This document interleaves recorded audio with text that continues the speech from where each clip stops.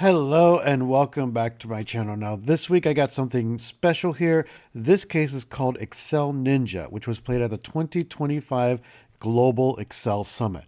This was a really interesting case. Basically, 4 of the world's greatest Excel competitors were invited to take on this case one by one just to see how far or how fast they could get through it. Now, this case has a totally different format than what you normally see from, let's say, the Excel esports competitions or Financial Modeling World Cup. Basically, we are going to have 12 questions or 12 obstacles that we need to overcome. And each cell on the board contains a chess piece. The board is basically a chess piece. We're using that kind of data set to overcome the obstacles. We also only have 10 minutes. So you see my timer at the top is at a 10-minute timer. This is my first time looking at the case, so I'm going to see how far I can get within 10 minutes. So here you can see the 12 questions, and below you can see the area that's called the board. And you see a question laid out there, and I need to answer the question before I can move on to the next one. I don't get to see any questions in advance, and the questions aren't necessarily related. The only relation they have is they're probably all based off of this one data set. Now over here we have a table with the piece color symbol points. I am imagining these are going to be used for some lookups. Maybe we have to add it, how many points there are of pieces and the board. I'm not sure. But let's give it a try. Let's give this case a try. We've got 10 minutes on the clock. Let's see how far I can get. And here we go.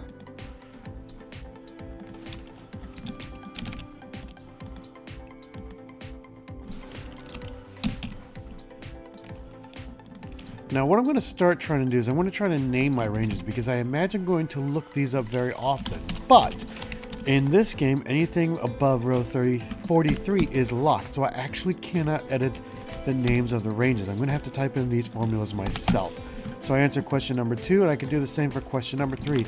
Now I'm using lookups to answer these questions. Really, you could probably get the answer by just simply typing them in. That might have been faster. Now here I'm going to try an indirect format, but the actual address that they give me is different than the Excel address, so it is not going to work here. Instead, what I'm going to do is, and I'm trying lookups to see if it's looking for a different kind of answer. It's not.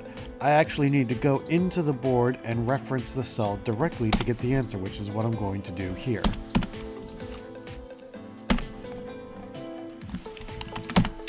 There we go. Now, next one, in column AA, what is the last row number where a white king is located? Now, if you remember my video from the World of Warcraft case, when I use an XLOOKUP or an XMatch function, there is a search mode parameter in it, and that search mode can tell whether we want to go the normal way or the reverse way. Reverse here meaning bottom to top. So here I typed in the formula. This is actually looking up doing the normal way. Now when I put in -1 for the search mode, it's going to look bottom to top, and it's going to get me that row number. Question 6, how many points are worth all the pieces that are located on the first row of the board? So I'm going to highlight that first row. I'm going to look up each one in this table, return the number of points, and add that all up together in a sum function. Question 7, how many points are worth all the pieces that are located on the board? So I could use this very same formula, and instead of just the first row, I'm going to look up the entire board here. Now when I enter this at first, it's giving me an error, which is strange. The formula worked properly on level 6, why not in level 7? So I'm going to add in this if error comma 0 thing. So if anything doesn't look up properly, give it 0 points. That one worked. We go to question 8. How many points are all the white pieces worth? They're located on the first row. So now we got to change it up a little bit. It's not just all the pieces, we only want the white ones. Now there's a few different ways you could do this. I am going to do an XLOOKUP of all the pieces, but I'm going to only look up the ones that say white. And then I'm going to get the answer to those and use that in a sum ifs. So sum all the points if the pieces are white. That formula did not work on my first go. I got a lot of value errors. So now I need to go through, I need to see what is going on. Do I wrap that in the sum function? No, that's not working. Let's see if we can figure out how to make this formula work.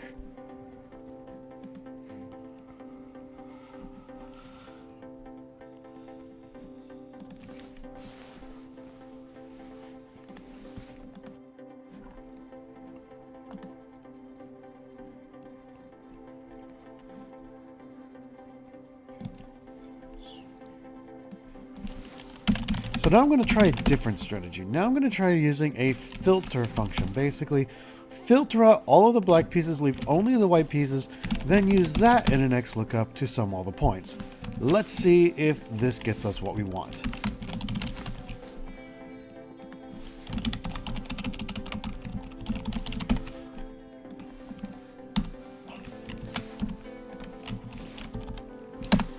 And that does. We can move on to question 9. How many white pawns are on the board? This one is pretty easy. I can use a COUNTIF function, and since it gave us a white pawn piece right below the question, I can use that as a reference. Question 10. Where is the empty cell? Now, I probably could have remembered this from earlier. That's why my earlier function was throwing up an error, because there is an empty cell. So I'm going to use find and replace to find that one empty cell. Now when I do that first, it's finding it across the entire sheet, which I don't want. I only want on the board. So I'm going to highlight the board first, do the find the one empty cell. Now I found it. It's at address CH933. So I'm going to go ahead and put that in a cell, but that's not going to be correct, because remember, the Excel address is different than the address on the board. So now I need to go back to it and find out what the board row and column numbers are, and then I can use that to answer the question. So I see the row is number 888. The column, if I scroll up, let's see, we are in CH, but on the board it is CF. So I'm going to put in CF888, and that's going to answer the question. How many black pieces are there on the board in total? Now, this sounds pretty easy, and it probably should have been pretty easy. It did not work out very well for me. So let's see how I entered in the formula to try to get the answer to this. So here I'm using an XLOOKUP statement. Basically what I'm going to do is I want to take each piece, look it up, and return the color. I'm going to set it equal to black. So that is the Boolean statement that I'm going to look. It should return ones and zeros. I'm going to sum those together, but that did not work. Now, the reason why that probably did not work, and I didn't think of this during the solve, was because of that one blank cell. What I probably should have done is inside the XLOOKUP, I probably should have added the extra if not found parameter, which says if you don't find this in the table, then return false or leave it blank.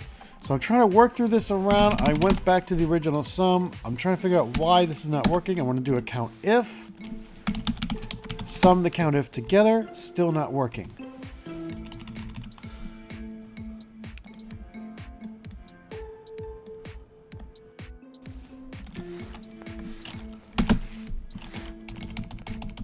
Now I'm trying a few different approaches to do this.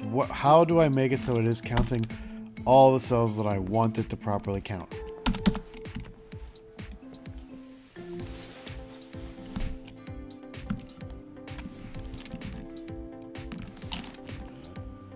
Now here, if I would have remembered properly from the earlier question, I would have remembered that, hey, there is a blank cell. That's not going to work well with the XLOOKUP because that one cell is not going to be looked up properly. It's not going to return a value.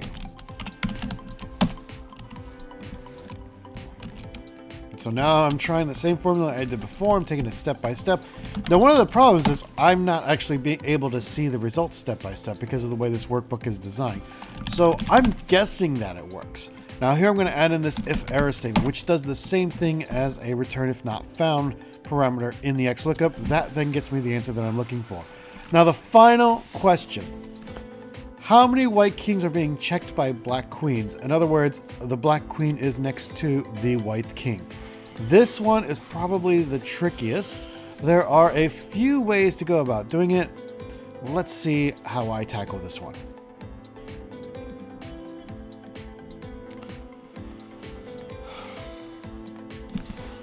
So here I'm taking a look at what kind of space I have next to the sheet. I have only one column in column A. That's not going to be a lot to work out a formula. I have a lot of space to the right, though. Is there something I can do with that space? Now, right now, you're not seeing a lot done because right now I'm just kind of thinking through a lot of it. I decided that I want to go with a table. So I'm going to list all of the pieces in this grid into this one single table. You might have heard this described as flattening the map, so to say. So I'm going to add a row and a column field and then the address field. And I'm going to use a bit of a complicated formula to try to get that out. try to get the row number, the column number, and then the address. Now, see, in the past, what I've done was I tried using the address first, pulling out the row and column, but that involves a lot of indirects, and I don't want to have all of those volatile statements, so I want to try to start with the row and column numbers first. Now, at the start, this formula comes up with an error, and I notice that my two ranges are not the same size. I try to fix that, still coming up with an error.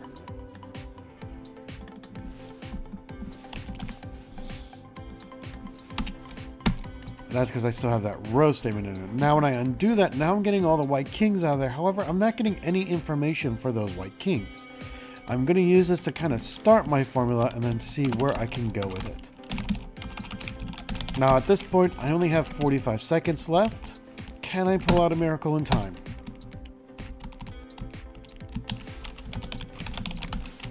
So here I'm trying to pull out the row and column values.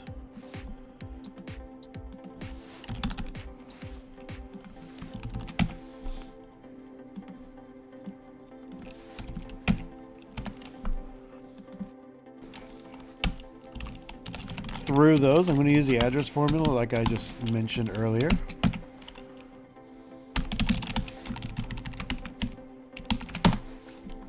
Now, one thing you'll notice is that my columns in these tables are of 4 different lengths. This strategy is not going to work as I had hoped, and you're going to see that I'm going to run out of time before completing this question. I got 11 questions in, which I think is a pretty good shot. Let's see how I did compared to the live competitors.